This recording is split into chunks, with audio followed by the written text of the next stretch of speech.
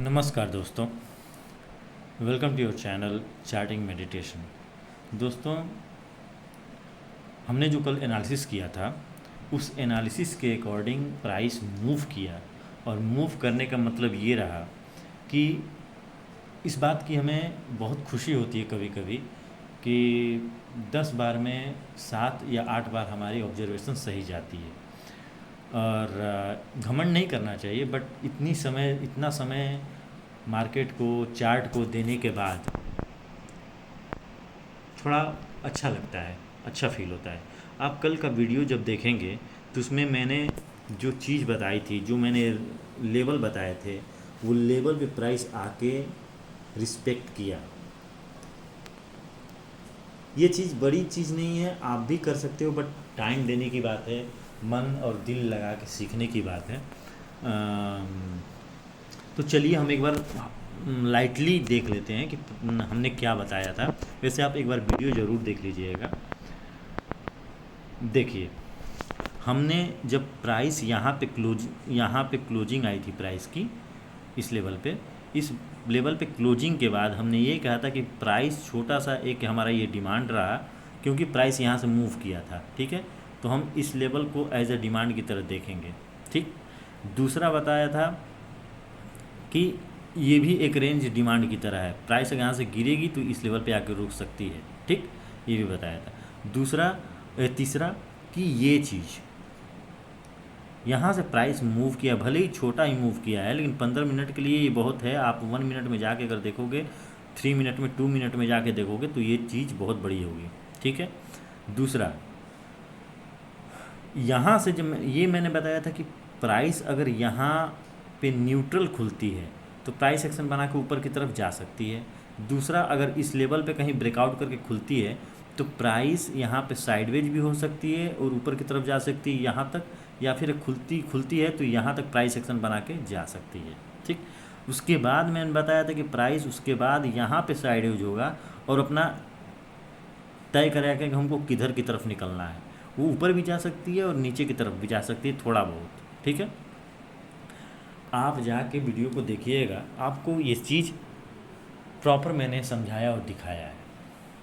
तो ये रही पिछली जो मैंने बता रखी है एनालिसिस चार्ट की। और बैंक निफ्टी में भी वही है जो निफ्टी में है। वैसे मैं एक बार बैंक निफ्टी का भी आप लोगों को दिखा दूंगा ये निफ्टी के एनालिसिस के बाद। तो ये तो रही कल, जो कल की एनालिसिस थी वो बात। दूसरा कि अब चलते हैं हम चार्ट पे कल के लिए एनालिसिस करने और देखते हैं कि कल क्या हो सकता है। ठीक है, प्राइस को पूरे क्लीन कर देते हैं चार्ट को। देखिए, चार्ट ने काफ़ी अच्छा मूव दिखाया है यहाँ से यहाँ तक। ठीक है, अब हमारे पास एक बचता है सप्लाई, वो ये है। ठीक है, ये सप्लाई बचता है। दूसरा, ये हमारा माइनर डिमांड हो गया, प्राइस यहाँ पे इस रेंज को रिस्पेक्ट कर रहा है, इस रेंज में है अभी प्राइस, यहाँ पे रुक रहा है, प्राइस रिजेक्शन दिया है प्राइस यहाँ से। प्राइस यहाँ से निकला है तो ये एक हमारा डिमांड जोन है, ये लेवल। ठीक, ये लेवल हमारा एक डिमांड जोन है। ठीक, प्राइस अगर आएगी तो यहाँ पे रुक सकती है, यहाँ से फिर ये मूव दे सकती है। ठीक है, क्योंकि ये प्राइस ने यहाँ से मूव अच्छा खासा दिया है, तो प्राइस यहाँ आने के बाद मूव ऊपर की तरफ ही दे सकती है, या फिर इस लेवल तक दे, यहाँ पे आकर रुक सकती है, रुकने के बाद मूव निकाले, या फिर रुकने के बाद फिर यहाँ पे आ सकती है। ठीक, लेकिन अगर यहाँ पे आती है इस लेवल पे प्राइस, तो यहाँ से ऊपर की तरफ ही जाएगी। दूसरा, प्राइस कल के लिए अगर यहाँ से इस लेवल को ब्रेक करती है, प्राइस अगर इस लेवल को ब्रेक करेगी तो प्राइस यहाँ तक जा सकती है। ठीक, देखिए, कभी भी प्राइस अपने मेजर डिमांड पे अगर माइनर डिमांड टूटता है ना, तो मेजर डिमांड पे आने की संभावनाएं रहती हैं। प्राइस में अगर मेजर डिमांड टूटता है, मैं आपको दिखा देता हूँ वो चीज़ कि वो कैसे। देखिए, यहाँ से प्राइस गिरा है, यहाँ से प्राइस गिरा है, तो ये इसको हम सप्लाई मानेंगे। ठीक है, ये है क्या, मेजर सप्लाई। ठीक, प्राइस यहाँ से निकलने के बाद प्राइस यहाँ पे अब यहाँ से निकलने के बाद अगर ये आपका ये जो माइनर सप्लाई इसको ब्रेक करने के बाद प्राइस यहाँ से इस लेवल तक आया है कि नहीं आया, ठीक, आया है ना। दूसरा, यहाँ से जब ब्रेक किया है तो प्राइस अब इधर कहीं हमको सप्लाई नहीं दिख रहा है, ठीक, इधर कहीं हमको सप्लाई नहीं दे रहा, तो प्राइस अपने हाई को ब्रेक करते हुए आराम से जा रहा है, लो को कहीं ब्रेक नहीं किया। यहाँ पे थोड़ा बहुत डीप मतलब आई, बट वो इस डिमांड को रिस्पेक्ट करके प्राइस फिर ऊपर चली गई, ठीक। आप देखते जाओ ये चीज़। अब यहाँ पे देखो प्राइस, यहाँ पे प्राइस अब उसके लिए मेजर डिमांड था, क्योंकि प्राइस काफ़ी देर तक रुका और रुकने के बाद एक अच्छी गैप अप खुली, इसके लिए ये मेजर डिमांड था, ठीक है, ये जोन।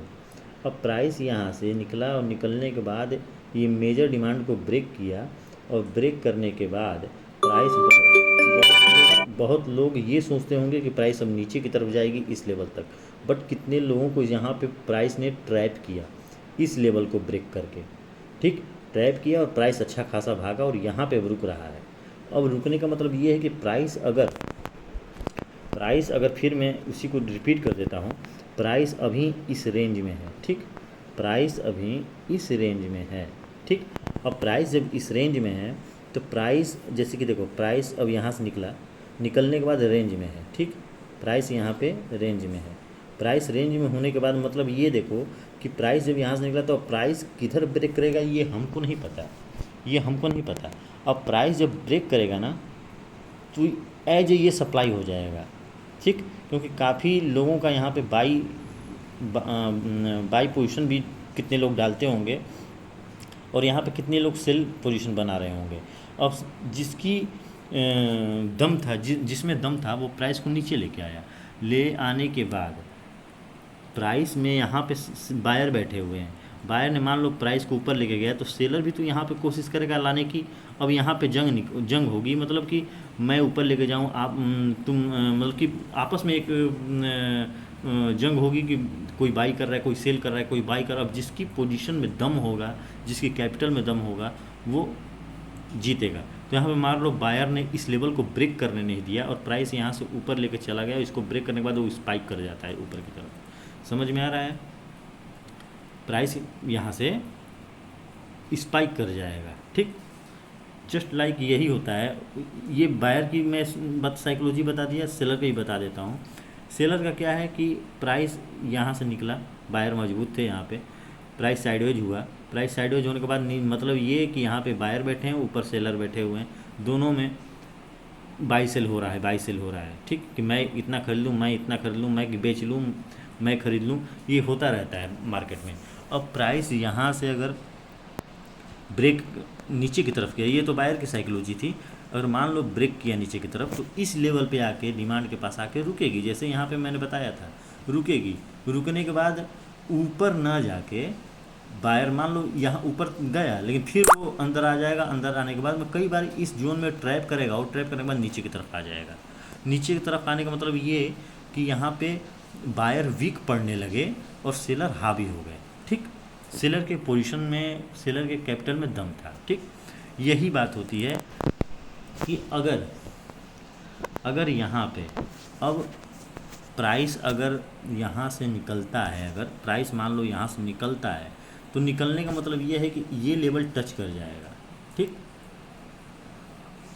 टच कर जाएगा। अगर बाय द वे ब्रेक कर देता है तो प्राइस फिर नीचे की तरफ आएगा हल्का सा और यहाँ पे टाइम स्पेंड करेगा, टाइम स्पेंड करने के बाद फिर ऊपर की तरफ जर्नी करेगा, या फिर टाइम स्पेंड करेगा, क्योंकि सप्लाई जो है यहाँ पे आके साइकोलॉजी उसकी बनेगी। बनने के बाद ये भी हो सकता है कि ऊपर ना जाके वो इस लेवल को फिर रिस्पेक्ट करे, यहाँ पे आ जाए, ठीक, समझ में आ रहा है बात?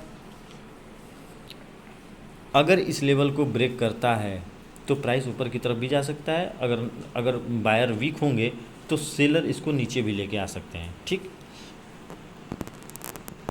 प्राइस यहाँ पे साइडवेज भी हो सकता है, ये ब्रेक करने की बात नहीं बोल रहा हूँ, प्राइस यहाँ पे साइडवेज भी हो सकता है। प्राइस कल क्या करेगी ये कहना मुश्किल है, क्योंकि यहाँ पे कोई ऐसी साइकोलॉजी नहीं दिख रही कि हम बता दें कि बायर ऊपर लेके जाएगा कॉन्फिडेंटली बोल दें, या फिर सेलर नीचे लेके आएगा कॉन्फिडेंटली बोल दें, ऐसा नहीं कर सकता मैं। अगर ये भी बता दूं कि अगर नीचे की तरफ आता है प्राइस, तो ये लेवल टच कर जाएगा, ये लेवल यहाँ पे आके साइकोलॉजी कुछ बिल्ड हो यहाँ पे, इस लेवल तक आ सकती है प्राइस, ठीक।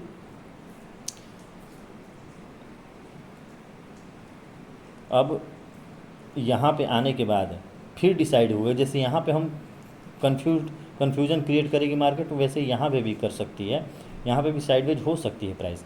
होने के बाद नीचे की तरफ आएगी कि ऊपर की तरफ फिर इस अपने लेवल तक आएगी, ये कल ही पता चलेगा हमको, ठीक है। सोच समझ के ट्रेड कीजिएगा, अपने कैपिटल को बचाइएगा, स्टॉप लॉस सोच समझ के 2% या 1%, यही कोशिश कीजिएगा आप, ठीक। अब चलते हैं बैंक निफ्टी पे। ये रही बैंक निफ्टी।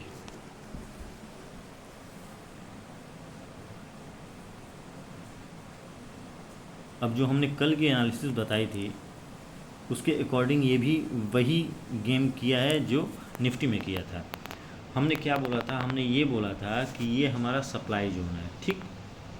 ये हमारा सप्लाई जोन है, ये हमारा माइनर डिमांड है, क्योंकि अभी इसको ब्रेक नहीं किया था वो, इसलिए मैं इसको डिमांड स्ट्रॉन्ग डिमांड नहीं मानता, कंसिडर करता। अब यहाँ पे अगर ब्रेक करता है प्राइस, इस लेवल को ब्रेक करता है तो इस लेवल तक जा सकता है, ठीक है। मैंने ये लेवल ही बताया था, बट इस लेवल ये बहुत दूर था, बट ये इस यहाँ तक आकर पहुँच गया वो, इस लेवल के आसपास, ठीक है। 100% मार्केट में कुछ नहीं होता, ऑब्जर्वेशन किया जाता है कि प्राइस कहाँ कितना जा सकती है, प्राइस की साइकोलॉजी देखिए। प्राइस में क्या है ना कि आप चार्ट देख रहे हो, प्राइस देख रहे हो, ठीक है, अच्छी बात है, लेकिन साथ में ही आप जैसे कि एक लेवल ऐसा आता है ना, वहाँ पे साइकोलॉजी का मतलब क्या है, साइकोलॉजी का मतलब कि प्राइस की जो मूवमेंट है, प्राइस की जो स्विंग्स हैं, प्राइस में जो कैंडल हमें जो प्राइस की साइकोलॉजी कहाँ दिखती है, स्विंग्स में दिखती है, कैंडल की साइज़ में दिखती है, कैंडल की मूवमेंट में दिखती है साइकोलॉजी। ये तीनों साइकोलॉजी का ही पार्ट है, ठीक है, बिहेवियर का ही पार्ट है। जैसे कि आप देख सकते हो, प्राइस यहाँ से स्पाइक किया, ठीक, स्ट्रॉन्ग बाइंग थी, बट यहाँ पे आके कैंडल की आप साइज़ देखो, ऊपर भी रिजेक्शन, नीचे से भी रिजेक्शन, मतलब कि प्राइस कैंडल की साइज़ देखो, जाते वक्त प्राइस की ग्रीन कैंडल की साइज़ देखो, और गिरते वक्त ग्रीन कैंडल की साइज़ देखो, ठीक है। तो जब ये गिरावट स्ट्रॉन्ग हो गई ना, तो कैंडल की साइज़ भी, रेड कैंडल की साइज़ भी बड़ी बड़ी होने लगेगी, उसकी एक साइकोलॉजी अलग ही दिखेगी। और जब करेक्शन में रहेगा ना, करेक्शन में रहेगा तो करेक्शन का मतलब उतनी स्ट्रॉन्ग नहीं दिखेगी, वो मूव करेगी, मतलब कि जो मूव, मैं आपको बता दूं एक बार, जो मूव ये रहेगा ना, अब जब प्राइस में दम नहीं रहेगा तो प्राइस में मूवमेंट ये रहेगी आपकी,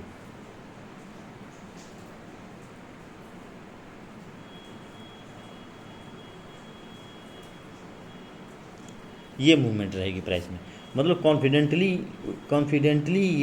ये जो तरीका है मूव करने का, उसमें कॉन्फिडेंट की कमी रहेगी, उसमें अब कॉन्फिडेंट की कमी रहेगी, वो ऐसे ऐसे जाएगी प्राइस, ठीक है।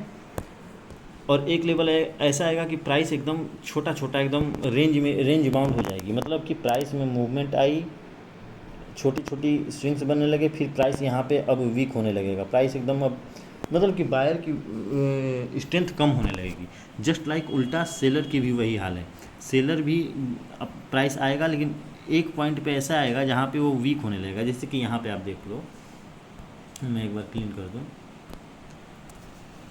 आपको इन लेवलों पे आपको क्या दिखता है, यहाँ पे आपको क्या दिखता है, यहाँ पे आपको क्या दिखता है, इस लेवल पे आपको क्या दिखता है, यहाँ पे जो टर्निंग पॉइंट है, जहाँ से बायर भाई गिरावट आई है, तो बायर वीक पड़े होंगे तभी तो गिरावट आई है, तो यहाँ पे बायर की स्ट्रेंथ जैसे स्ट्रेंथ यहाँ पे दिख रही है वैसे ही स्ट्रेंथ यहाँ पे भी दिखनी चाहिए थी। अब देखिए यहाँ पे जब प्राइस नीचे गिरा है ना, स्ट्रांगली गिरा है, प्राइस गिरा है, बट वो फिर ऊपर की तरफ यहाँ पे बायर मजबूत हो गए, इसको रिस्पेक्ट किया उसने। बट यहाँ पे वो बात नहीं थी। यहाँ पे प्राइस गिरा और इस लेवल को ब्रेक कर दिया, फिर यहाँ इसको भी ब्रेक कर दिया प्राइस ने। जहाँ से प्राइस उठा था इस लेवल को भी ब्रेक कर दिया नीचे की तरफ, और ये लेवल को रिस्पेक्ट किया। ठीक है, इस लेवल को प्राइस ने रिस्पेक्ट किया। तो ये सब चीज़ें ऑब्जर्व करने पे ही आपको समझ में आएगी। चार्ट की प्रैक्टिस करना बहुत ज़रूरी है, साइकोलॉजी को समझना बहुत ज़रूरी है, प्राइस एक्शन समझना बहुत ज़रूरी है, कैंडल की साइकोलॉजी समझना बहुत ज़रूरी है। तब हम जाके धीरे धीरे अपनी स्ट्रेंथ के हिसाब से अपने स्ट्रेंथ को मजबूत करेंगे, अपने साइकोलॉजी स्ट्रॉन्ग करेंगे। तो ये सब चीज़ प्रैक्टिस से ही आएगी। तो चलते हैं एनालिसिस पे। तो कल की आप वीडियो देखेंगे तो बैंक निफ्टी और निफ्टी सेम जो मैंने बताया था वैसा ही किया है। 100% मतलब नहीं हुआ है, बट 100% होने का मतलब क्या है कि जो मैंने एक नंबर खींच दिया, जो लकीर मैंने खींच दी, उस लकीर पे ही आके अटक गया प्राइस। ऐसा नहीं है, ये एक जोन है। तो जोन में अप डाउन थोड़ा बहुत चलता है। वो मतलब कहने का कि इस लेवल को टच ना करके प्राइस ने यहीं पे अपनी साइकोलॉजी दिखानी, मतलब कि यहाँ यहीं पे ही साइडवेज हो गया प्राइस। ठीक है, अब चलते हैं हम इसके एनालिसिस पे कि कल हम क्या कर सकते हैं, कल कैसे मार्केट को देखें। चार्ट क्लीन, उसके बाद हम अब चार्ट पे चलते हैं। देखिए प्राइस यहाँ पे क्लोज की थी। ठीक, ये हमारा सप्लाई जोन था। ठीक, ये लेवल, क्योंकि प्राइस यहाँ से गिरा था। ठीक, ये मतलब कि रिसेंटली स्विंग था, मतलब इसके पहले वाला सप्लाई जोन। ठीक, दूसरा हमारा ये था, ये जोन था, इसको टच नहीं किया है प्राइस ने, मतलब इसको हम पकड़ें तो टच कर देगा, बट यहाँ तक प्राइस नहीं आया। इस जोन में आके, इस जोन पे आके रुका है प्राइस। ठीक है, अब देखिए प्राइस के लिए ये लेवल अगर तोड़ता है ना, प्राइस अगर इस जोन को तोड़ता है, तोड़ने का मतलब ये है कि प्राइस यहाँ तक चला जाएगा। ठीक, इस बात को ध्यान रखना, प्राइस यहाँ तक चला जाएगा। यहाँ पे जाके प्राइस रुकेगा, रुकने के बाद अब प्राइस ऊपर की तरफ जाएगी कि नीचे की तरफ फिर आ जाएगी, इसको रिस्पेक्ट कर इस पे यहाँ से फिर मूव करेगी ऊपर की तरफ, ये बात की बात है। लेकिन बट पहला हमारा टारगेट ये रहेगा। ठीक, उसके बाद की बात बाद में है, बट पहला मेरा ये रहेगा। दूसरा कि अगर प्राइस नीचे की इस लेवल को ब्रेक करती है, ठीक है, जो भी यहाँ पे प्राइस एक्शन बनाए, प्राइस एक्शन बनाने के बाद अगर इस लेवल को ब्रेक करती है, तो ब्रेक करने का मतलब ये है कि प्राइस इन लेवल्स पे आ सकती है। ठीक, इन लेवल्स पे प्राइस आ सकती है। ठीक, तो अगर गैप डाउन खुलता है, प्राइस गैप डाउन खुलता है कहीं इस लेवल पे खुलता है, तो खुलने के बाद गैप डाउन खुलने के बाद प्राइस अगर नीचे की तरफ आती है तो ये लेवल है, अगर ऊपर की तरफ जाती है तो प्राइस अपना इस लेवल को रिस्पेक्ट कर सकती है, या फिर अपना क्लोजिंग जो क्लोजिंग है, आज की क्लोजिंग है, वहाँ तक जा सकती है। ठीक, अगर गैप अप खुलता है प्राइस यहाँ पे कहीं, तो गैप अप खुलने का मतलब ये है कि गैप अप अगर खुलता है तो प्राइस यहाँ से नीचे की तरफ आ सकती है, नीचे की तरफ आके फिर ऊपर की तरफ अपने ओपन प्राइस तक जा सकती है, या फिर कुछ देर ओपन होने के बाद, खुलने के बाद प्राइस यहाँ पे रुक के तब नीचे की तरफ आ सकती है। मैंने ये सारी साइकोलॉजी आपको बता दी है, समझा दी है। कल के मार्केट को ध्यान से ट्रेड करेंगे, समझेंगे।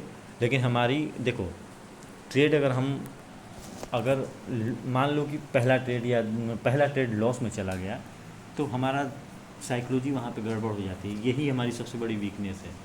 या तो दो काम करो, या तो बंद कर दो। ठीक, दूसरा, अगर इतनी कॉन्फिडेंस है कि दोबारा हम ट्रेड नहीं लेंगे, पहले सीखेंगे, देखेंगे, तो लॉस हो गया तो लॉस को नोट डाउन करो, लॉस किस रीज़न से हुआ इसको समझो, दिमाग लगाओ अपना, उस गलती को दोहराना नहीं। ठीक, अगर जेन्युइन है लॉस कि प्राइस वहाँ से टर्न की, बाइंग पोजीशन देखा, देखो ट्रैप सब हो सकता है। गलती ट्रेड लेना अगर मान लो कि हमने ट्रेड लेने के बाद प्राइस मुड़ गया, स्विंग बना के ऊपर जा रहा था लेकिन सडनली मुड़ गया, तो दूसरी मुड़ गया, तो वो हमारी गलती नहीं है। फिर भी वो हम सीखेंगे, हो सकता है कि पिछली हिस्ट्री हमने चेक नहीं की, वहाँ पे एक सप्लाई एरिया हो, सप्लाई जोन हो, ठीक है, बड़े टाइम फ्रेम में। बट वहाँ पे हमारी एक ही होती कि हम अगर ट्रेल करते स्टॉप लॉस अपना, तो हम वो प्रॉफिट अपनी बचा सकते थे। चलो ये पहली बात हो गई कि, लेकिन गलती हमारी कहाँ होती है? गलती हमारी ये होती है कि हम एंट्री देख लिए, एंट्री देखने के बाद हमने कैपिटल अपनी ज़्यादा इन्वॉल्व कर दी, कैपिटल अपनी ज़्यादा इन्वॉल्व कर दी। ये सबसे बड़ी बेवकूफ़ी है, हमें रिस्क मैनेजमेंट पता नहीं। दूसरा कि अगर लॉस हो रहा है हमको, तो हम रुके हुए ट्रेड में हम आशा लगा कर बैठे हुए हैं कि प्राइस ये इस लेवल से, तो क्योंकि पिछली हिस्ट्री दिखा रही है कि यहाँ से प्राइस उठा है तो यहाँ से भी उठेगा। ये सब चीज़ें नहीं करना है, ठीक है, ये सब चीज़ें नहीं करना है। मैं इन सब ट्रेडिंग साइकोलॉजी के बारे में भी मैं आप लोगों को वीडियो बना के बताऊंगा कि अपने ट्रेडिंग साइकोलॉजी को कैसे बेहतर कर सकते हैं और चार्ट साइकोलॉजी को कैसे बेहतर कर सकते हैं। ये सारे वीडियो में बताऊंगा, समझाऊंगा आप लोगों को। तो आप लोग एंजॉय कीजिए, अपने माँ बाप का ख्याल रखिए, आप अपना ख्याल रखिए। और आज छठ पर्व है बिहार का, सबसे मेरे घर में भी आज छठ पूजा है, बहुत पावन त्यौहार है। आप सबको छठ माता की ढेरों सारी शुभकामनाएं, और माता आप लोगों की और आपके परिवार की हमेशा रक्षा करें, खुशहाली दें। टेंशन नहीं लेना है, माँ बाप को टेंशन नहीं देना है, फ्रैंकली लाइफ को जीना है, और ट्रेड भी फ्रैंकली करना है। सीखते रहो बस। मिलते हैं नेक्स्ट वीडियो में, तब तक के लिए धन्यवाद।